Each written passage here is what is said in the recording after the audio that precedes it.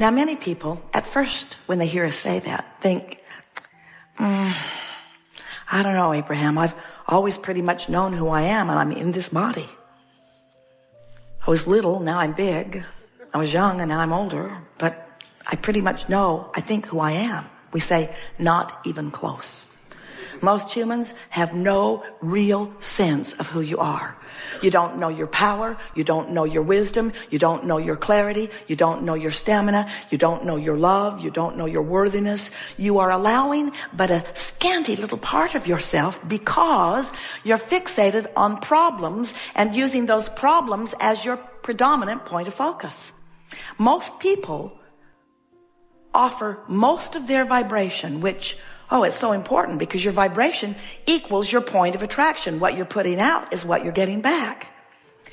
Most people offer the majority of their vibrational output because of something that they are observing. But they're not very particular about what they observe. Do you ever watch television? If you do, you are bombarded by unwanted stuff. And it comes at you much faster than you can sort, sift, decide, and pivot. Much faster, much faster. So you just hear it and hear it and hear it and hear it and hear it and hear it, hear it and respond, hear it and respond, hear it and respond, hear it and respond, hear it, respond, hear it, respond. And you let that television train your frequency into unwanted territory, and then you wonder why the things that are in your vortex, the things you really want, don't come to you in the way we profess that they should come. What's wrong with me, you say? We say nothing in the world is wrong with you, but you sometimes let unwanted things do the majority of training you into a frequency that then you say, well, I'm tough. I've got a stiff upper lip. I'm determined. I can play full on. I can make it happen. I will make myself financially prosperous. I will bring myself into alignment with what I want. And we say, really, friends, you cannot force it. You have to feel it into place. You have to allow it. You have to surrender the resistance in order to allow who you really are to be. And we think that if you would just use these words instead, it would set you on the right path immediately. I want to be an effective allower of what I have already created. Because the creation part is done. You've been sifting. You've filled your vortex full. There's enough in your vortex to keep you busy for 20 or 30 lifetimes. In other words, you have created it. It has been created. So what you want to do is figure out how to allow yourself alignment with what's created. And then from inside the vortex, the path to the manifestation of it will occur to you. So what are we really saying? We've been telling you for years that when you think a thought, that then you have an emotional response to the thought that you think. We say to you, when you think a thought, that active thought, then attracts other thoughts like it. And now you have a more active connection with that thought. We've been telling you that for a long time. And now we're saying to you that if you will find some way of thinking as few thoughts about as few things as possible, by choosing something to think about that you usually don't think about, but something that is completely without resistance, that what will happen is, over time, gradually, not the first day, not the second day, but certainly by the 30th or 40th or 50th day, if you sit for 15 or 20 or 30 minutes in meditation, and you have the singular intent of activating your attention to this music and syncing your breath with it, after a little while, the words that we are speaking in the background will come to the forefront, and you'll realize that you are actively involved in thought that is inside the vortex. You'll find your mind rambling, but it will be on positive things. You see, you don't wrestle the unwanted to the ground. You just leave it behind. You just leave it behind. You let it just fade into the vibrational distance. Every thought that's ever been thought still exists. So we're not going to tell you it's gone forever, because you could talk to an old friend, listen to an old song. You could look through some old photo albums. You could focus it back in, but you won't focus it back in to where it was to begin with letting it go. In other words, it takes a while to let it go, and it would take a while to bring it back. The more you look at something, the more law of attraction says, oh, here's more, here's more, here's more, here's more. So we want you to realize that while it is of value for you to know what you don't want, while it is helpful to know what you don't want, while solutions are born out of defining the problem, the more you define the problem, the more you define the solution.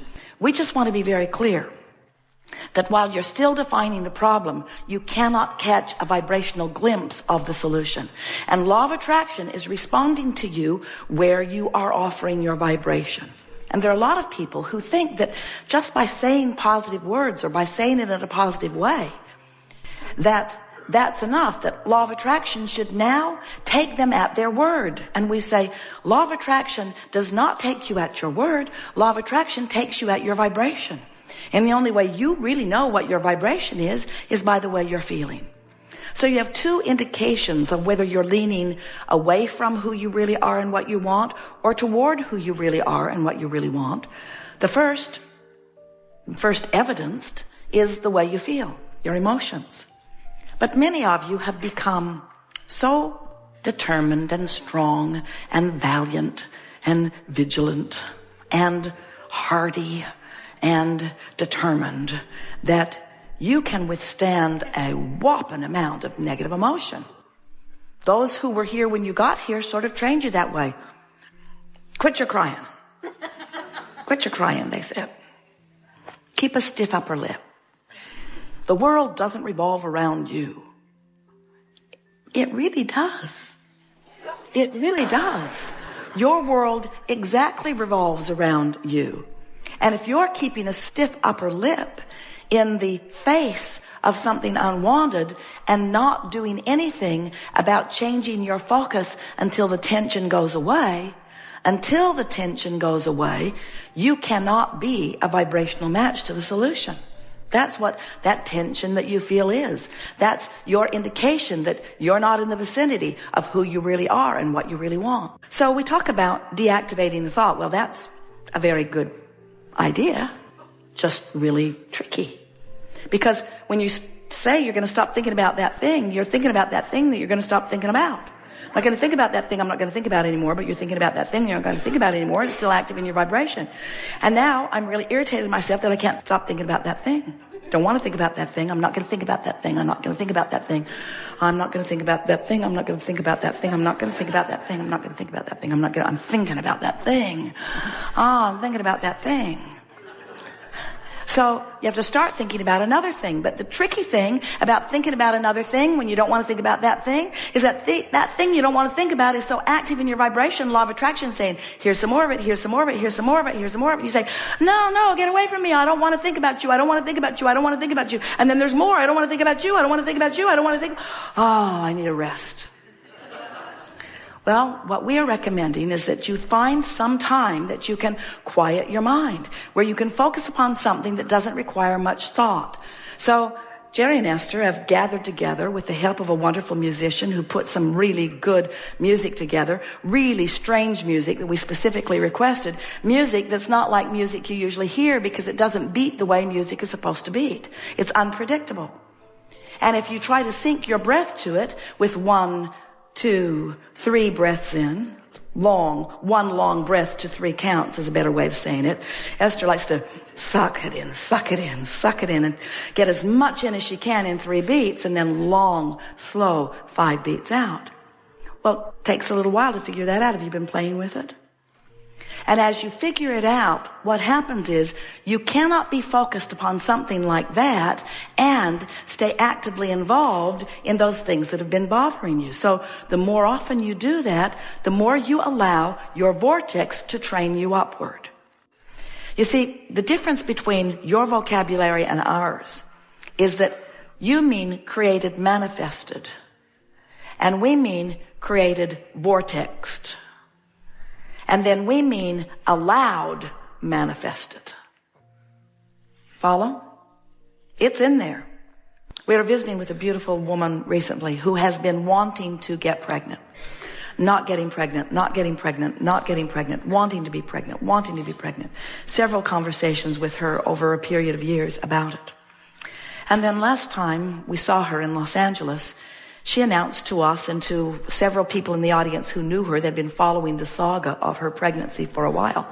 I'm 4 months pregnant, she announced. And of course she and everyone else was delighted. And as the day went on, we took opportunity to point out several things around the pregnancy. We pointed out to her that even though she is now elated because she's no longer wrapped up in the absence of baby, she still doesn't have a baby in her arms yet. She's still not walking the baby, taking the baby trick-or-treating. That's something she's really looking forward to. She's still not feeding the baby. She's still not taking, well, just that one picture of the baby, but she doesn't actually have the baby experience yet in the way she wants it. And so we said to everyone, your vortex is pregnant with all of your desires. If you could see the shift in this woman from not being pregnant to being pregnant, even though she doesn't have the baby yet, we would like all of you to take that shift. In other words, it's created. Your vortex is full of what you've created. Now you just get to play the fun game of figuring how, as in your words, which is what you're wisely looking for, how to release the resistance to allow it to come. So what do you think it is that makes it feel compelling to poke around at that problem in a sort of explanatory manner? See this? I don't like it. I don't like it at all. I really don't like it. It's not enough to just say, no thanks. No, thank you. I'm not the only one who doesn't like it. We hear you say. Nobody really likes that. We shouldn't have to put up with it. We just shouldn't. I'm going to get online. I'll bet there's others feel the same way. Yep. It's a movement. I'm going to join the war against. There's a war against drugs and a war against poverty and a war against teenage pregnancy and a war against poverty and a war against drugs and a war against teenage pregnancy and a war against cancer and a war against drugs and a war against teenage pregnancy and a war against and a war against and a war against and a war against, and they're all getting bigger. You were source energy before you came into these bodies. Do you know that? You don't remember it. Do you know that? You don't remember it. Do you know that? You sort of have to take our word for it, but do you know that? You don't remember that. You were source energy. You don't remember that because you came forth wanting new exposure to new experience, but you don't remember what was before you were in this physical body. But you don't have to remember that because the larger part of you is still there, and that larger part of you is still emanating strong signals to you, so you don't have to remember it, you can feel it. You can feel the vibration of who you came from, but better stated, who you have become. Because as you came forth from this source energy, a part of your consciousness, into this physical body, as you explore here, knowing what you don't want and therefore knowing what you do want, every time you emanate that rocket of preference, the inner being part of you becomes it, absorbs it, amends who you are, becomes the fuller version of who you are as a result of this most recent exposure to life. So you can tell all day, every day, in every moment that you are conscious or awake or aware. You can tell whether you are vibrationally in the vicinity of who you are. You feel contentment, satisfaction, ease and flow, love and passion, exhilaration. In other words, you feel fabulous when you're tuned in to the energy of who you really are. And the less close to that frequency you are, the worse you feel. The more you feel frustration, or lethargy, or anger, or fear, or depression. In other words, the emotional guidance scale really indicates one thing and one thing only, but it's a big thing. It indicates your relationship with who you really are. Help? Yes, thank you.